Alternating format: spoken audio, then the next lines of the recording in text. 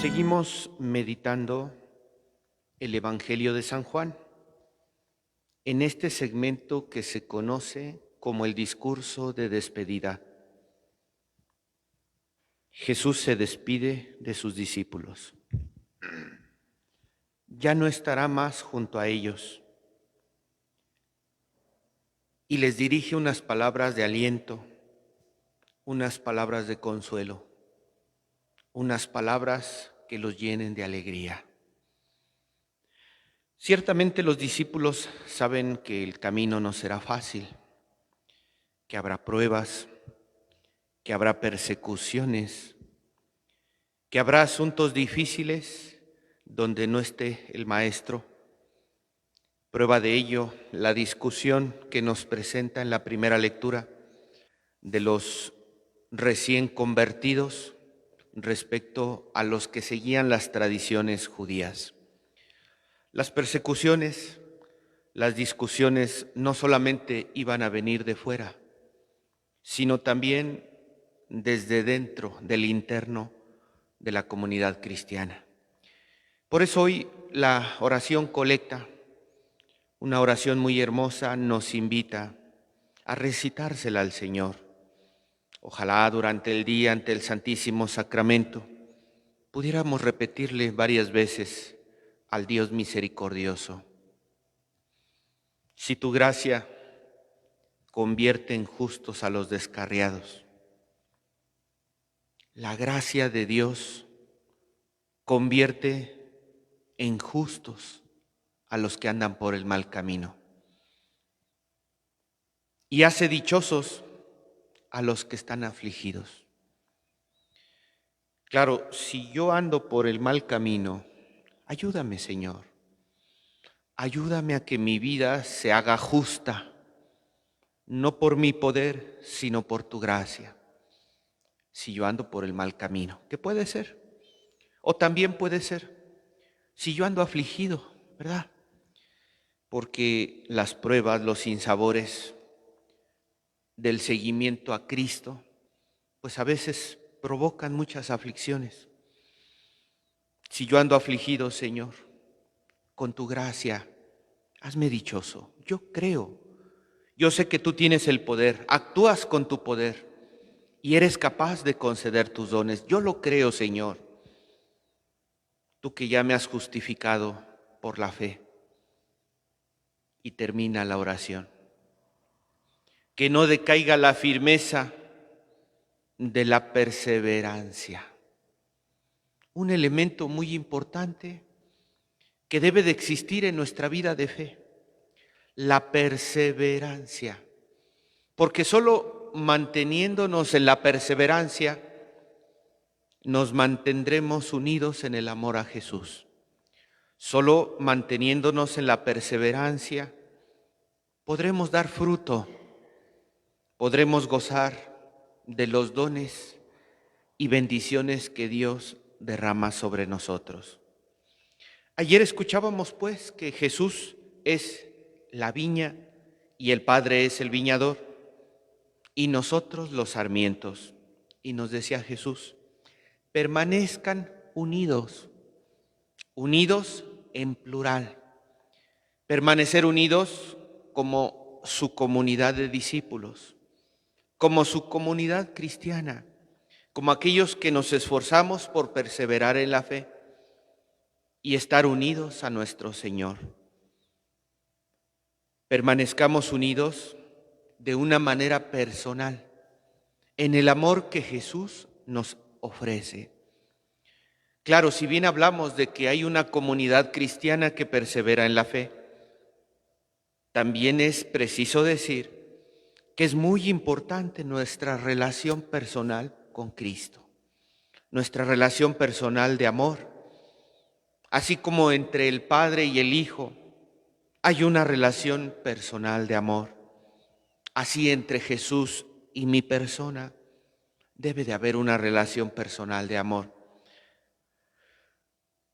Pero esa relación Jesús nos invita a vivirla, no sé si sea correcto el término, por emanación. No tanto emanación en la acepción de desprendimiento o emisión de sustancias, sino emanación en el sentido de que de Dios procede la gracia, de Dios procede el amor, de Dios procede el Espíritu Divino. Vale. De Dios viene, del Padre que se relaciona con el Hijo y del Hijo que se relaciona conmigo.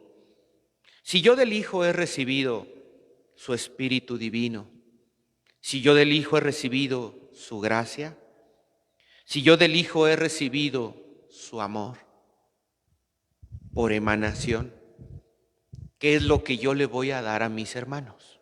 ¿Qué les voy a dar?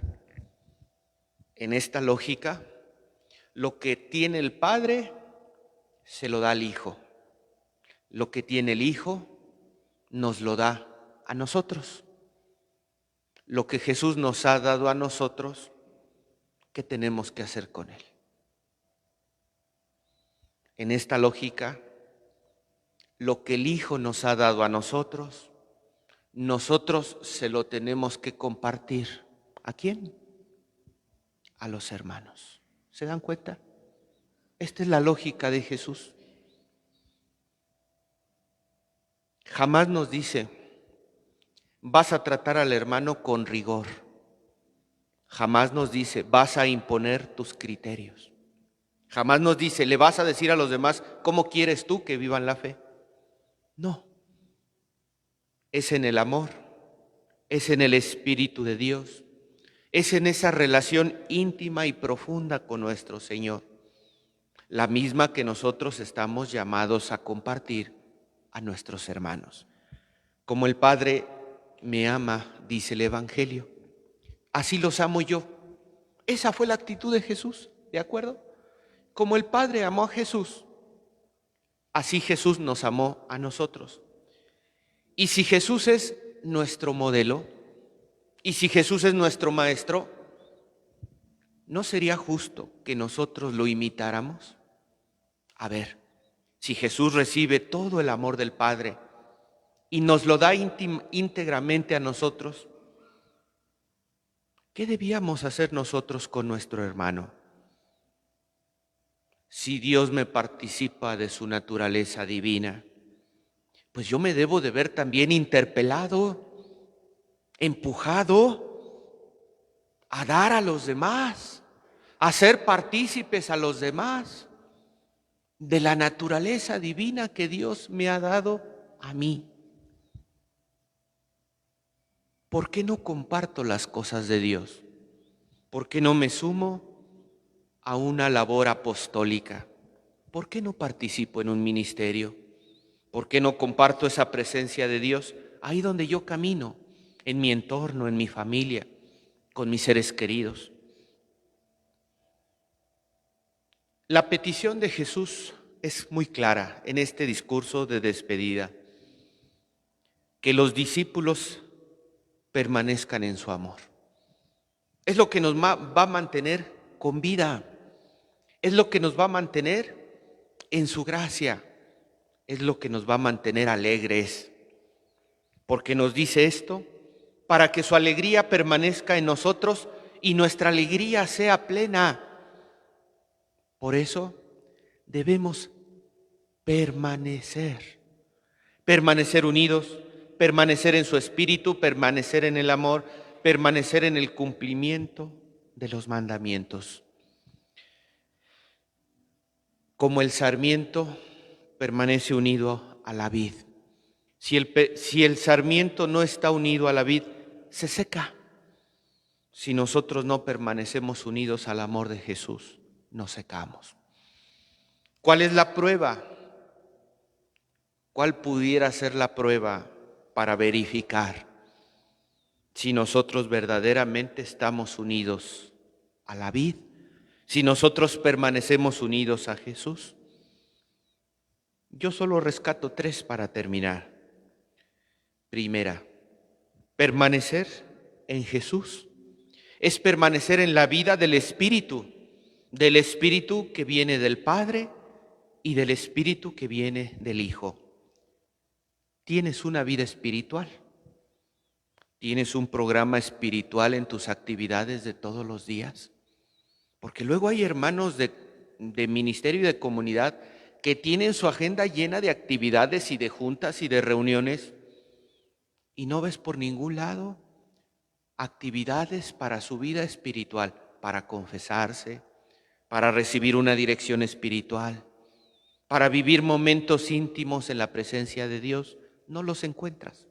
Por eso, permanecer en Jesús es permanecer en su espíritu, espíritu del Padre y del Hijo, teniendo una vida espiritual. Y que nuestros criterios al relacionarlos con los demás sean unos criterios que vengan iluminados por el Espíritu de Dios. ¿Se dan cuenta? ¿Hasta qué punto mi vida verdaderamente la estoy conduciendo para que se alimente de una vida en el Espíritu?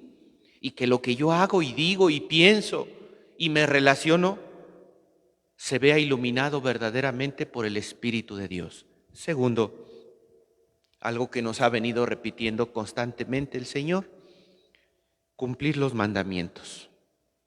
Analizar todos los días, antes de acostarnos, pedirle perdón a Dios por los pecados veniales cometidos, por las fallas que nosotros realizamos. ¿Qué hice mal, Señor, en este día? ¿En dónde te fallé? ¿Viví la misa como la debí de haber vivido? ¿Hice mis tareas durante la mañana como las debí de haber realizado? ¿Cumplí mis compromisos por la tarde como los debí de haber hecho? Como lo hacen los hijos de Dios, iluminados por la vida del Espíritu. La exigencia para vivir los mandamientos se nota en nuestro crecimiento espiritual. Una persona que no vive en el Espíritu, pues no se va a exigir el cumplimiento de los mandamientos de la misma manera que una persona crecida en la fe. Entonces, nuestro nivel de crecimiento en la fe se debe de cristalizar en la manera en cómo nosotros hacemos nuestro examen de conciencia en el cumplimiento de los mandamientos. Lo repite Jesús varias veces en este discurso de despedida. No lo echemos en saco roto. Jesús nos pide que verifiquemos el cumplimiento de los mandamientos en nuestra vida. Primero, vivir en el Espíritu. Segundo, cumplir sus mandamientos. Y tercero, permanecer unidos. Algo ciertamente muy difícil, pero si Dios nos lo pide, es porque es lo más conveniente a nuestra vida de fe. Permanecer unidos en la fe. No se valen seres aislados dentro de la comunidad parroquial.